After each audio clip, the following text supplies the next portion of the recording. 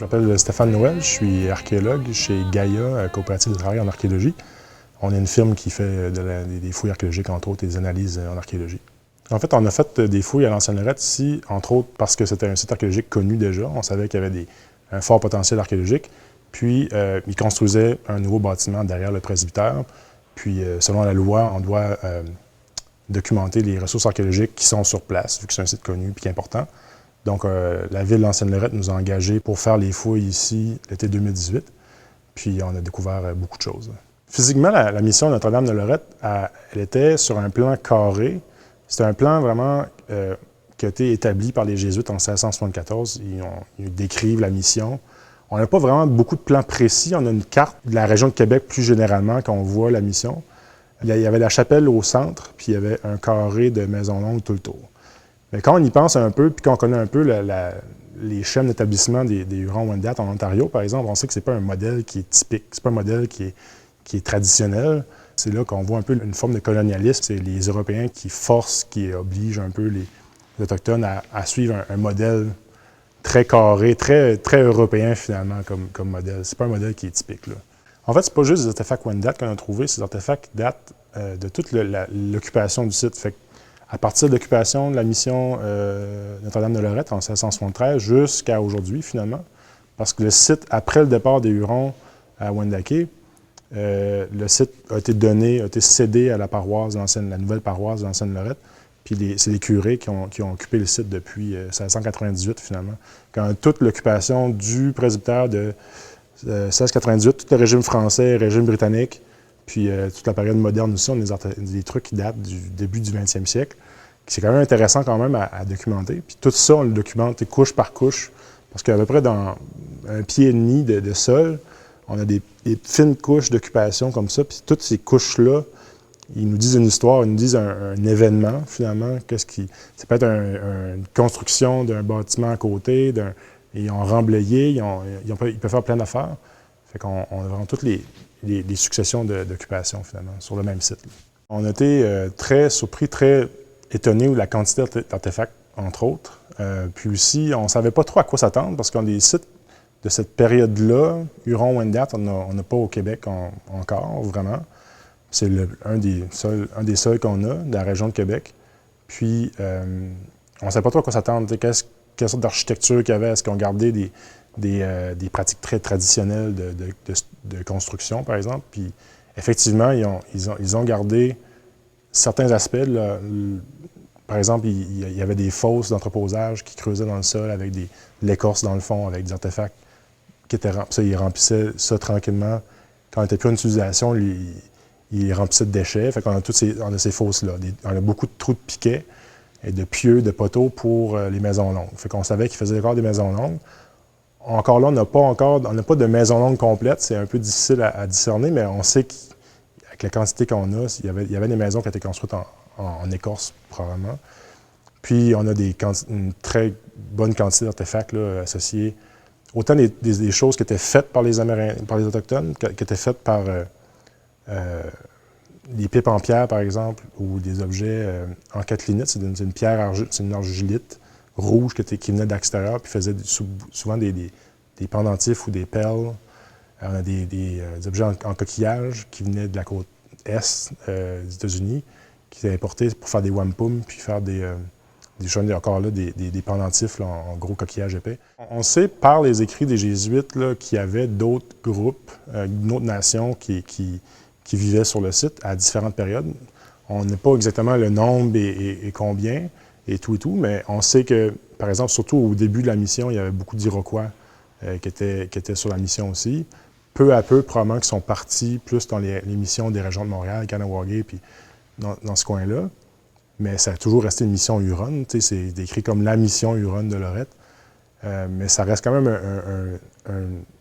un lieu d'échange, un lieu une mission comme telle, c'est un lieu où il y a beaucoup de nations qui se rencontrent. Il y a des missions, des fois, qu'il y avait 23 nations représentées juste dans la mission. T'sais. Fait que c'est sûr que c'est un... Puis il y a des artefacts qui pourraient avoir été amenés du pays des Iroquois, par exemple, ou de la Huronie aussi. Il y a des gens qui arrivent, il y a des gens qui reviennent, il y a des gens qui échangent aussi entre eux. Fait qu'il y a des gros réseaux d'échanges qui se créent aussi. Et il y a des pierres qui viennent de l'ouest des Grands Lacs, il y a des coquillages qui viennent de l'est des États-Unis. Fait que ces choses-là viennent dans les réseaux d'échanges traditionnels, finalement. Alors, mon nom est Gilles Drolette. Je suis secrétaire de la Corporation de la Chapelle Notre-Dame de Lorette. Et notre corporation a été fondée en 1987. Et en 1999, nous avons réalisé le mémorial Chaumonot qui est ici à l'église de l'Ancienne-Lorette. Alors, en 1983, 4 ans avant la fondation de la corporation, moi, j'ai eu le grand privilège de découvrir le site de la chapelle de 1674 qui avait été bâtie par le père Chaumonot sur le modèle de la maison de la Sainte Famille qui est à Loreto, en Italie.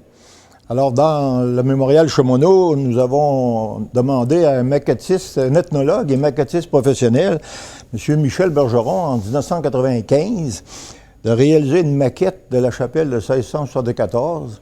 Cette chapelle est bâtie comme une maison. Normalement, dans une façade de chapelle, vous avez une porte. Ici, c'est une fenêtre.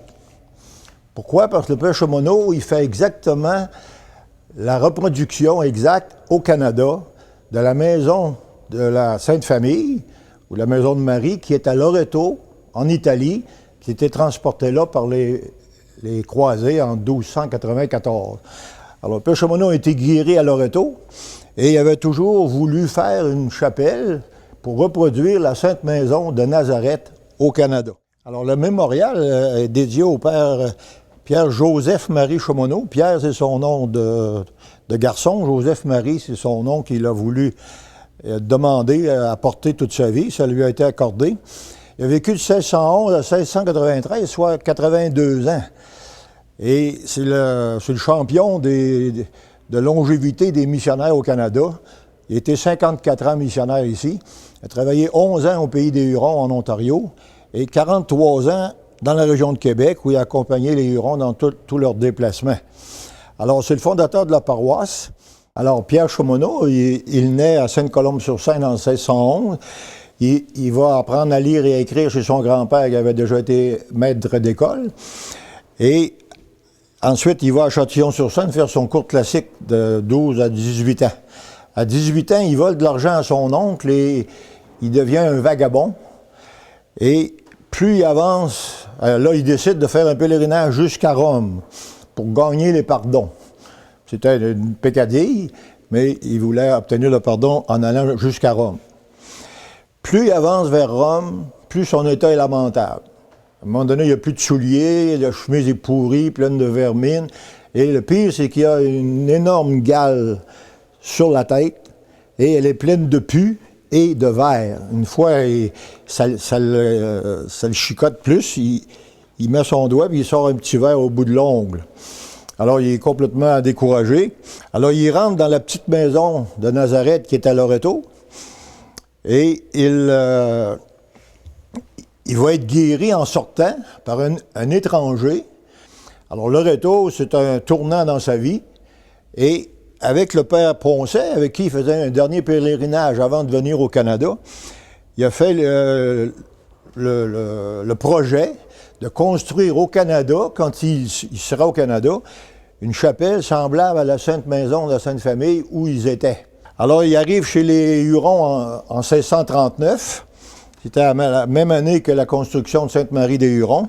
Et il va être 11 ans missionnaire. Alors, en 1649, les Hurons décident de se réfugier à l'île Saint-Joseph. Et ils vont passer là un hiver effroyable avec les 50 Français qui sont là depuis une dizaine d'années.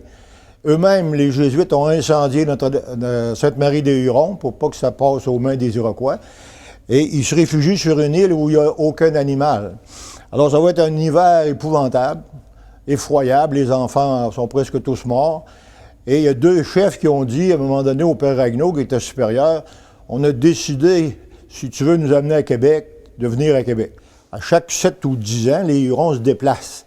Alors, en 1673, ils se déplacent ici, sur le plateau de Lorette. Et c'est là qu'il va construire la chapelle Notre-Dame de Lorette, sur le même modèle que la Sainte Maison de la Sainte Famille à Loreto, en Italie.